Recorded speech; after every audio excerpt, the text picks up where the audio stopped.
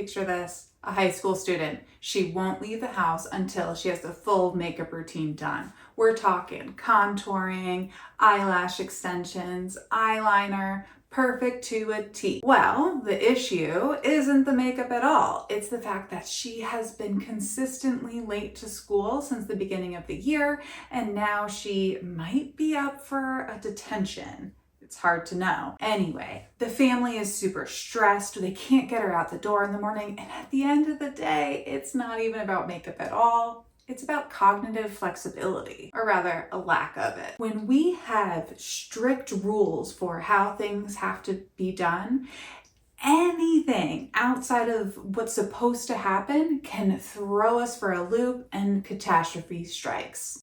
So what is cognitive flexibility? It is our ability to adapt to change. That might be in terms of changing strategies, changing our thought process, or changing up our routine. A really good example of what cognitive flexibility might look like in the classroom is when there's a substitute teacher. The student walks in. Usually at the start of their English class, they have 20 minutes of silent reading time, and they're allowed to sit down, open their book, and just quietly start reading and reflecting on their day before they jump into all the content. But today, there's a substitute teacher. And so the student walks in exhausted, ready to just sit down and dive into that book, but instead, they are forced to listen to the substitute teacher talk on and on about the rules and expectations for that day.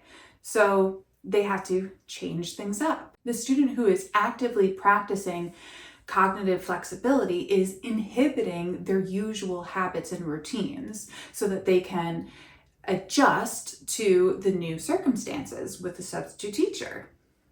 But what about the student with weak cognitive flexibility? They might have skipped class altogether, seeing that there was a sub, it was a different environment with a different teacher, and nope, can't do it, so they skip. Other students might act like the class clown. They see an opportunity that things are different, and so they're going to behave differently. There's tons of examples of this. So what does the brain science tell us? Cognitive flexibility is an executive functioning, which means most of it operates within the prefrontal cortex, which is just behind our foreheads. This area of the brain doesn't mature until our late 20s, early 30s even. And so it's important for us to be compassionate and patient when working with teenagers, especially on this executive functioning skill. It's another reason why we have to remember that teens aren't being defiant. It's just that they're still developing. And so they're not putting their feet firmly in the ground and refusing to move forward. They need help understanding how and why to shift in those moments. So when you notice a student is struggling with follow through, I want you to consider how that student is developing in real time. They're not being defiant and rude. They are figuring out how to shift to the changing needs. It's developmental, not behavioral. So what does inflexibility look like? They might have trouble problem solving or coming up with an alternative solution or an alternative ending. They might struggle to switch gears, maybe transitioning from one task to the other, or transitioning from one classroom to the next. They might struggle when students break the rules. Who do they go to? How do they right this wrong that they've seen? They will also probably struggle with other people's opinions and perspective taking. They might have a hard time moving from big picture to details, or from the details to the big picture. They are so stuck in their point of view that they can't move beyond that. These students will also be highly rigid.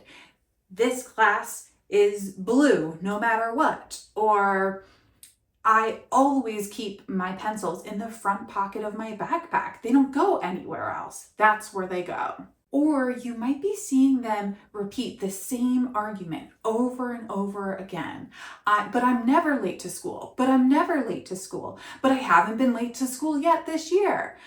And they're missing the big picture that it's not about getting them to school on time. It's about teaching them their morning routine so that they can be more independent. And so expanding that thought is going to be really challenging for inflexible students. Cognitive flexibility is one of these foundational executive functioning skills. And because of that, it's going to impact things like time management, organization, and metacognition, and even more executive functions than just those few that I mentioned. In reading, they might struggle to see the multiple meanings of words. In math, it might be hard for them to change from one strategy to the next. In writing, they might resist moving from one stage of the process to the next stage. And for study skills, they might stick to the same old routine of using flashcards over and over, regardless of whether or not it helped last time. So my advice is to start training flexibility early on.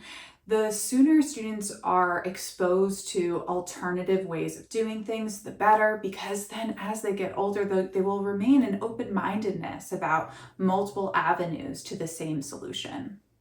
We really want to encourage problem solving and that kind of what else could work here kind of thinking. And how can we support rigid students? Well, I like to start with a plan A and a plan B strategy. So for instance, if we are working with a student who has a very rigid schedule and they like things to go in a particular order, we would list out their school schedule, but then we would also come up with a plan B. So that the school schedule is plan A. That is what you're going to be doing. But what happens if there's a delayed opening? Or what happens if there's early dismissal? What happens if there's a fire drill? So getting them to consider what else they could do if there's some kind of hiccup or obstacle or barrier to doing things the plan A way. We can also break things down into chunks. I know I say this in all of my videos, but the simpler we can make tasks, the better. This will help them move from one step to the next, just following the pre-listed checklist. There are a ton of tools online that can also support you in creating checklists. We want to build flexible routines for students. So maybe they don't have to do things in the same order every time, but having in this 10-minute period, I'm expecting you to do these 5 things can help a student be flexible with how they are accomplishing their tasks. We can also practice flexibility through play. Maybe we could change one rule in a favorite game, or maybe we could do some role playing as well so that the students can practice taking perspectives of others.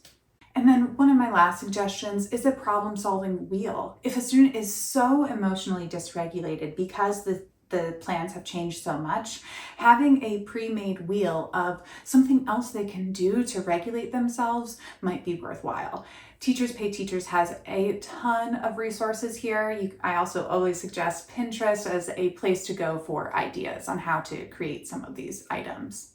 Now, it's really important to me that we stress the importance of biology and mindset. Carol Dweck has done a lot of work on mindset, and a lot of that work has permeated into the schools about growth versus fixed mindset. And if we believe that we just haven't learned it yet or haven't been successful yet, then we can be cognitively flexible enough to grow and change. But I really need to emphasize the fact that there is some biology going on here as well. And it's not just that the child doesn't want to, but especially our neurodiverse students, they're not yet able to make those changes. It's not just a matter of thinking positively. It's a matter of building the strategies and skill sets. And then the bigger picture here, the big thing I want you to take away: rigid students need modeling. They don't just need tools. They're also going to need a lot of hand-holding to get through the process. So we can't just tell them, here's your checklist, go for it. You need to walk them through the steps, each step in the checklist. We can't just tell a student, clean your room, this is what it's supposed to look like, here's a picture. We need to help them see how they can change things within their day-to-day life to meet those goals, to meet those standards. We can also develop high energy plans and then the must-do plan. So we can start out with, and this especially works for those perfectionist students, we can start off with the pie in the sky idea. If we had all the time, money, resources to accomplish the most perfect option, great. But then what are the must-dos that we have to do even if we're not feeling our best? Some people will describe this as our high capacity versus low capacity days. You can apply this to specific projects. What does the perfect project look like? What is the bare minimum to get a really good grade look like?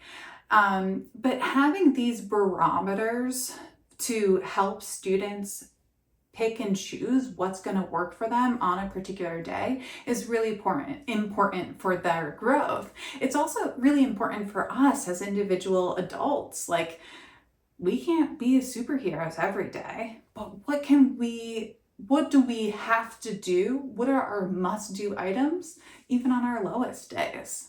One tool, again, you can look this up on Teachers Pay Teachers or on Pinterest, is an option scale. I worked with a student who really liked to make really big breakfasts for himself in the morning, but then he was ending up late to school. So an option scale worked out well for us because we were able to show him that if he only has 5 minutes because he chose to press the snooze button, he can have cereal. If he has 10 minutes, he can have this, 15 this. But if he has 25 minutes, so if he really wants that bacon and eggs and toast, then he can have that option when he has the time available. So having that option scale really broke things down for him. Okay, so I've given you a lot of information to digest on cognitive flexibility.